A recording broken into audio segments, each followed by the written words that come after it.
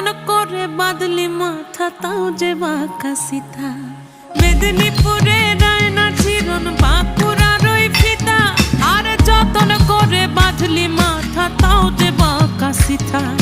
পেছ পাড়িয়া রাজকুমার